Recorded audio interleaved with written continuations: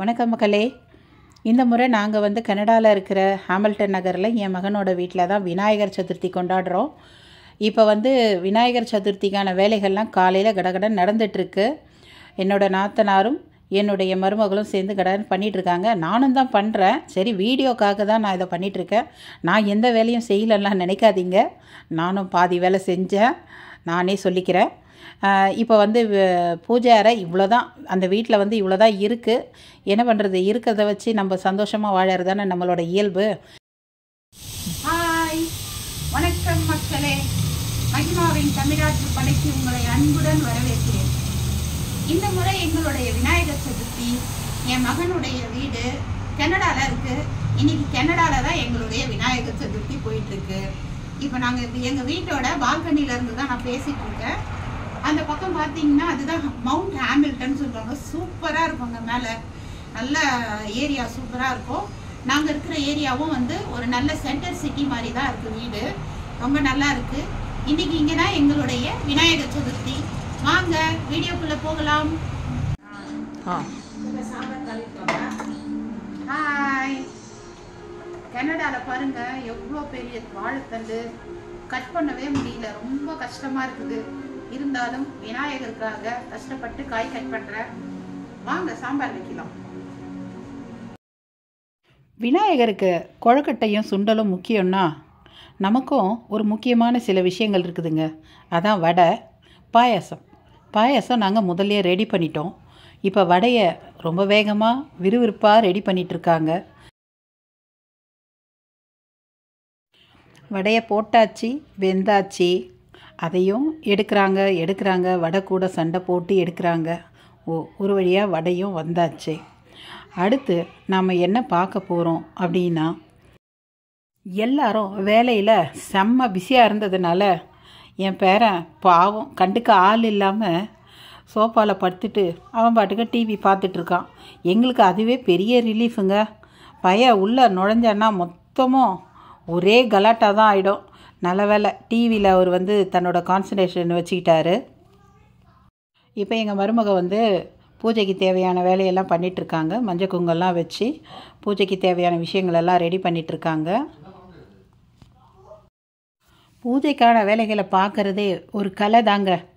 அது அழகாக அதுக்கு மஞ்சள் குங்கெல்லாம் வச்சுட்டு படத்துக்கெல்லாம் போட்டு பூவெலாம் வச்சு அதுக்கு அலங்காரம்லாம் பண்ணி நம்ம பார்க்கும்போது ரொம்ப ஒரு திருப்தியாக இருக்கும். அந்த வகையில் இவங்க நல்லா க்ளீனாக எல்லாமே செய்வாங்க. அந்த அளவுக்கு நீட்டாக இருக்கும் வீடே. இப்போ பாருங்கள், பூஜைக்கு தேவையான விஷயத்தெல்லாம் வந்து கரெக்டாக பண்ணிகிட்ருக்காங்க. என்ன ஒன்று, இடம் இல்லாததுனால விநாயகருக்கு வந்து இன்னும் நல்லா பிரம்மாண்டமாக பண்ணலான்னு பார்த்தோம். நமக்கு இட நெருக்கடியில் இருக்கிற விநாயகரை வச்சு அப்படியே விநாயகர் சதுர்த்தியை நாங்கள் கொண்டாட ஆரம்பிச்சிட்டோம். அதுவே எங்களுக்கு ஒரு முழு திருப்தி தான். இத்தனை நாள் தனியாக நாங்கள் வந்து இந்தியாவில் தனியாக கொண்டாடிட்டுருப்போம். இப்போ எங்கள் பையன், பேரன், மருமக இவங்க எல்லாரும் கூட நாங்கள் கொண்டாடுறதுனால அது ஒரு சந்தோஷமாக தான் இருக்குது எங்களுக்கு. இதில் ஒரு விஷயம் என்னென்னா, என் பேரனும் மருமகளும் சேர்ந்து அவங்களே அந்த க்ளே வச்சு அழகாக பிள்ளையார் செஞ்சு கொண்டு வந்து வச்சுருக்காங்க. நல்லா க்யூட்டாக குட்டியாக இருக்குது பாருங்கள். அந்த க்யூட் பிள்ளையார் நம்ம வந்து வெளியிலேருந்து வாங்கிட்டு வருவோம். இங்கே வந்து இவங்களே அழகாக செஞ்சு வச்சுட்டாங்க. ரொம்ப அழகாக இருந்துச்சு பார்க்க. இப்போ நம்ம விநாயகருக்கு ரொம்பவும் முக்கியமானது என்னென்னா மோதகம், அதாவது கொழுக்கட்டைன்னு சொல்லுவாங்க. 2 விதமான கொழுக்கட்டை நம்ம செய்வோம். எள்ளு பூரணம் வச்சது ஒன்று, தேங்காய் பூரணம் வச்சது ஒன்று. இப்போ எள்ளு பூரணத்துக்கான ஒரு விஷயத்தை தான் நாங்கள் இப்போ தயார் பண்ணிக்கிட்டு இருக்கோம். இதுக்கு அடுத்தது வந்து தேங்காய் பூ போட்டு அது ஒரு பூரணம். இங்கே வந்து தேங்காய் வந்து பூவாட்டம் திருகி அது கடையில் அப்படியே பாக்கெட்டில் கிடைக்கிது. அது வச்சுட்டு தான் அதுக்கப்புறம் அதில் சர்க்கரை போட்டு ஏலக்காயெல்லாம் போட்டுட்டு அதை நாங்கள் வந்துட்டு பூரணம் செஞ்சோம். அதுவும் ஒரு வகையில் நல்லா டேஸ்ட்டாக தான் இருந்தது.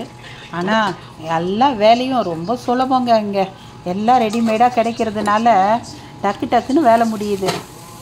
இப்போ தேங்காய் பூரணமும் முடிஞ்ச பிறகு கொழுக்கட்டைக்கு தேவையான மெயினானது என்ன, மாவு.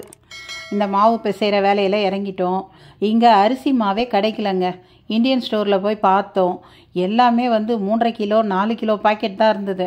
ஒருவேளை விநாயகர் சதுர்த்தின்றதுனால முன்னாடியே வாங்கிட்டு போயிட்டாங்களான்னு ஒன்றும் தெரியல. நாங்கள் போகும்போது மாவே கிடைக்கல. அதனால் நாங்கள் என்ன பண்ணோம், முதல் நாளே அரிசி நல்லா ஊற வச்சு நல்லா 2-3 மணி நேரம் ஊற வச்சு அதுக்கப்புறம் நல்லா காய வச்சு மிக்சியில் அரைச்சி எடுத்துட்டோங்க. அரைச்சி எடுத்த மாவு நல்லா ஜலிச்சு கிழிச்சு நைஸாக அரைச்சி எடுத்துட்டு அதை வந்து இட்லி குண்டானில் நல்லா ஒரு 1/2 மணி நேரம் வேக போட்ட உடனே ஒரு மாவு நல்ல பதத்துக்கு வந்தது. அதோட அதை மறுநாள் காலையில் தான் எடுத்து மறுபடியும் ஒரு 1/2 மணி நேரம் வேக போட்டு எடுத்து கொழுக்கட்டை செய்தோம். என்னடா இது மாவு பிசையதெல்லாம் காமிச்சாங்க, கொழுக்கட்டை பண்ணதை காட்டலையேன்னு மக்களே நினைக்காதீங்க.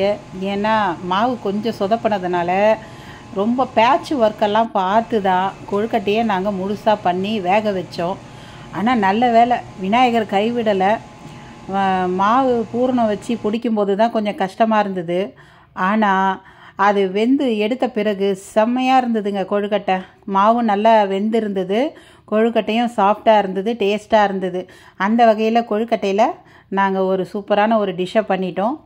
அடுத்து பாருங்கள், இப்போ நம்ம படையல் நடக்குது விநாயகருக்கு. ஏன்னா டைம் ஆயிடுச்சு, 12:30 இல்லைங்களா, டைம் ஆயிடுச்சு. கடகடன்னு படையல் போட்டுட்ருக்குறோம். விநாயகருக்கு தேவையான விஷயங்கள் எல்லாம் பண்ணிகிட்ருக்காங்க. நம்ம எந்த ஒரு காரியம் செய்ய நினச்சாலும் நல்ல விஷயங்கள்லாம் செய்ய நினைக்கிறதுக்கு முன்னாடி விநாயகரை வந்து வழிபட்டு அவரை வணங்கி தான் தொடங்கணுன்றதுக்கு ஒரு காரியம் கண்டிப்பாக இருக்குதுங்க. அதாவது விநாயகரை நினச்சி நாம் செய்யும் பொழுது, அவரை துணைக்கு காவலுக்கு வச்சு செய்யும் பொழுது நாம் செய்யக்கூடிய எல்லா விஷயங்களும் நன்மையாக முடியும், ஜெயமாகும், வெற்றிகரமாகும் அப்படின்றதோட தாத்பரியம்தான் இந்த விநாயகருடைய ஒரு சூட்சமமான வரலாறு. அதாவது விநாயகரை பார்வதி தேவி தான் குளிக்க செல்லும்போது காவலுக்கு வைத்து விட்டு யாரும் வந்தாலும் உள்ளே விடக்கூடாதுன்னு சொல்லி அம்மா வந்து போயிடுறாங்க உள்ள. விநாயகரும் அங்கே நின்று காவல் காக்கிறாரு. அப்போது சிவபெருமானே வந்தாலும் கூட விநாயகர் உள்ளே விடவில்லை. தாயின் சொல்லை மீறாமல் அவர்கள் சொன்ன சொல்லை காப்பாற்றி தன்னுடைய உயிரையும் இழக்கும் தருவாயிலும் தான் சொன்ன சொல்லை காப்பாற்றி அவர் வந்து பாதுகாத்து வந்தார் தன் வாக்கை. அதனால தான் நாமும் அந்த மாதிரி விநாயகரை வணங்கி செய்யும் பொழுது தாம் செய்யும் எல்லா விஷயத்திலும் ஒரு நல்ல காவல்காரனாக இருந்து நம்மை காப்பாற்றி நாம் செய்யும் எல்லா விஷயத்தையும் ஜெயப்படுத்துவார், வெற்றியடைய செய்வார் விநாயகர் என்பதை முன்னிட்டு தான் நாம் வந்து விநாயகரை எல்லா விஷயங்களிலும் அவரை நினைத்து வழிபாடு செய்கிறோம். இது ஒரு காரணம், முக்கியமான காரணமாகும். விநாயகரை நினைத்து வணங்குவதற்கு இது போன்ற நம்முடைய மும்மலங்களையும் அறுத்து பிறவி பிணியையும் அறுக்கும் வல்லமை படைத்தவர் விநாயகர். அப்பேற்பட்ட விநாயகரின் திருவடியை தொழுது நாம் நம்முடைய வாழ்வை வளமாக வளர்த்து கொள்வோமாக. எங்கள் வீட்டில் நல்லபடியாக நாங்கள் விநாயகர் சதுர்த்தி கொண்டாடிட்டோம். இந்த முறை வந்து எங்கள் விநாயகர் சதுர்த்தி வந்து ஃபாரினில் கொண்டாடணும்னு விநாயகர் விருப்பப்பட்டிருக்காரு. அதனால் இங்கே வந்து கொண்டாடிட்டோம். எல்லாருக்கும் விநாயகர் சதுர்த்தி நல்வாழ்த்துக்கள். நன்றி, வணக்கம். என்ன மக்களே, இந்த வீடியோ உங்களுக்கு பிடிச்சிருக்கோன்னு நினைக்கிறேன். பிடிச்சிருந்தா லைக் பண்ணுங்கள், உங்கள் நண்பர்களுக்கெல்லாம் ஷேர் பண்ணுங்கள். நம்ம சேனலுக்கு புதுசாக வந்திருந்தீங்கன்னா சப்ஸ்கிரைப் பண்ணிவிடுங்க. அப்படியே பக்கத்தில் இருக்கிற பெல் ஐக்கானும் அழுத்திடுங்க. நன்றி.